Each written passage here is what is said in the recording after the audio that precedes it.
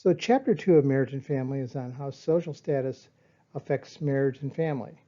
It includes sex, gender, race, ethnicity, and of course social class. So we'll explore these.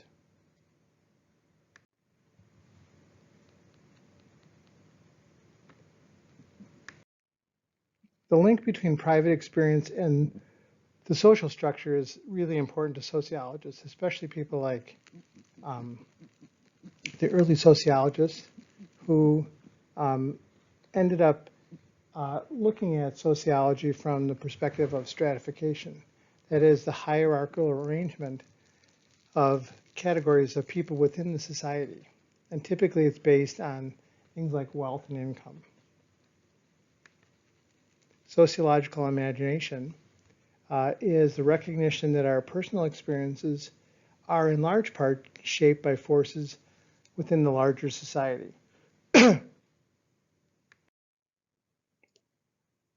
Examples include race-based and sex-based charges of discrimination. You can see over the a decade how the rates have increased. It also includes such issues as sex, gender, and patriarchy. Sex, of course, being the biological differences between men and women, essentially, and their roles in reproduction.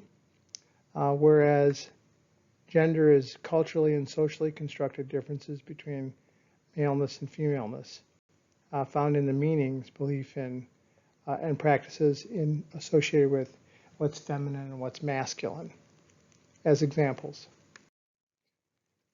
Sex and gender differences are really important, and some sex gender differences include individuals with both masculine and feminine traits, called androgyny. Some sociologists have focused their interest on gender learning. How do our children decide or understand their gender position? It's called gender socialization. The teaching of the cultural norms associated with being male or female.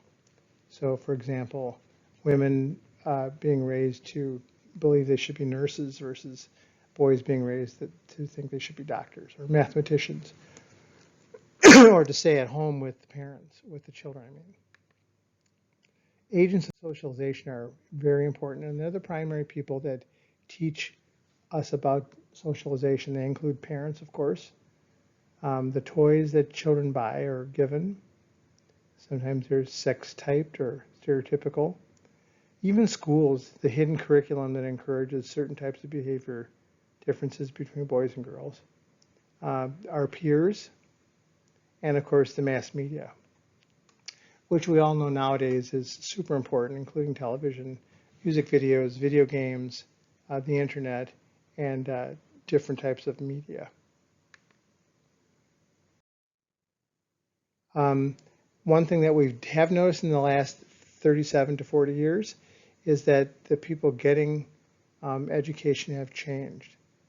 For example, the differences between women graduating from college and men is changed significantly from 20 to 28% for women, from 28 to 19% for men. A sharp contrast. How do race, ethnicity, and class shape gender socialization?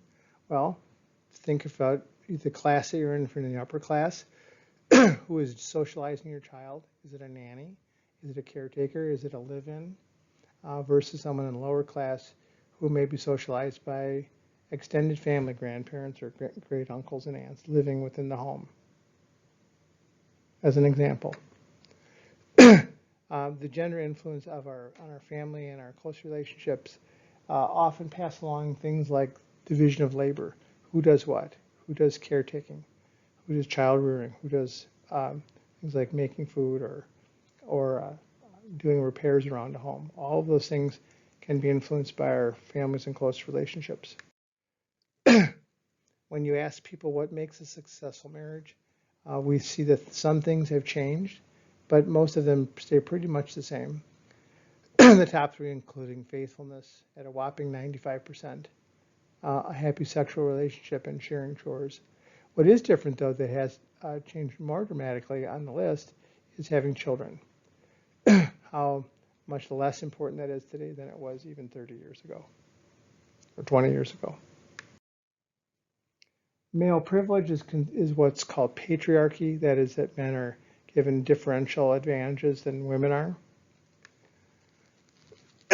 Extreme examples of that include genital mutilation in some cultures around the world where women are kept in check by the patriarchy of men for their own good or to keep them from being spoiled, but it really isn't for that reason. Does patriarchy exist in the United States is a good question. Of course, not in the same form, but its intention may be similar. So you can see in some sub-Saharan countries, as high as 98% of children between the age of 15, or 95%, 15 and 19, have experienced genital mutilation in Somalia, and in other countries it's down to 80% of that. Some people might argue that in the United States and other Western cultures, that cosmetic surgeries may in fact be a type of male privilege. Race and ethnicity are also important. The growth is growing more, since populations are growing more diverse, race becomes more and more difficult to ascertain what it is. Typically, it's either a shared real or perceived physical trait that society is deemed to be significant, like skin color especially. Whereas ethnicity is more of a shared cultural experience, such as language, where you came from, what kind of clothes you wear, what kind of foods you eat, your religious ideation, and of course the values that you share. Ethnic groups are groups of people who share specific cultural values. So if you are in Chicago, you go to Chinatown or the Pilsen neighborhood where there's many Mexican and Hispanic people, you see enclaves of ethnic groups, or Germantown or Polish town. And of course, minority groups are a category of people who have less power than the dominant group, and who are subject to unequal treatment because of their minority status. Residents by population of race and Hispanic origin status, projections between 2010 and 2050, what you notice is that the Hispanic proportion of the population is going way up, and the proportion of white people is going way down, almost by 20% over the course of 40 years. The issues that arise from race and ethnicity include prejudice and discrimination, and they tend to be pervasive problems. They rear their heads up all the time, just recently in the news, if you watch the news at all. Prejudice, of course, is attitudes, whereas discrimination is more the behaviors that people engage in. And of course, this pervasive problem is affected by things like social capital, the social network connections you have, and the resources you have on the job may in fact be things that mitigate or exacerbate prejudice and discrimination. Of course, these prejudices tend to be negative in nature, and they're typically aimed at a racial or ethnic group. Stereotypes, on the other hand, are kind of like prejudices, but they're more oversimplified, and they tend to be sets of beliefs about groups of people. So, for example, pardon my example here, but that blondes tend to be dumb. That's a stereotype. It's not true. Or that Mexicans tend to be lazy, or that Jews tend to be cheap. So stereotypes are quick, simple-minded oversimplifications of belief systems. Discrimination, on the other hand, can be profoundly problematic. It's the behaviors, actions, and practices of racial or ethnic groups that have harmful impacts. So not hiring people because of the color of their skin or their religious beliefs, or because of whether they're gay or straight. That's discrimination. It can happen on an individual level, where one person exhibits negative behaviors toward another, or it can happen on an institutional level. Institutional discrimination would be an institution like government or religion or a school system creating policies and practices that are systematically disadvantageous to certain groups of people. And it doesn't just have to be racially, it could be maybe toward women or toward minorities or homosexuals. This chart compares first generation immigrants and second generation immigrants and all US citizens based on their income. And what you notice is that the longer you are in the United States, the more money you make, the more likely you are to go to college, the more likely you are to own a home, and the less likely you are to be in poverty. So there are advantages to having a history of being living in the United States. One of the things besides income, which of course is the money you make per year, and wealth, which is what you accumulate, is educational attainment. Educational attainment has flattened out over the last 50 years with more and more non-white people getting advanced degrees. And it seems to be one inroad into reducing prejudice and discrimination.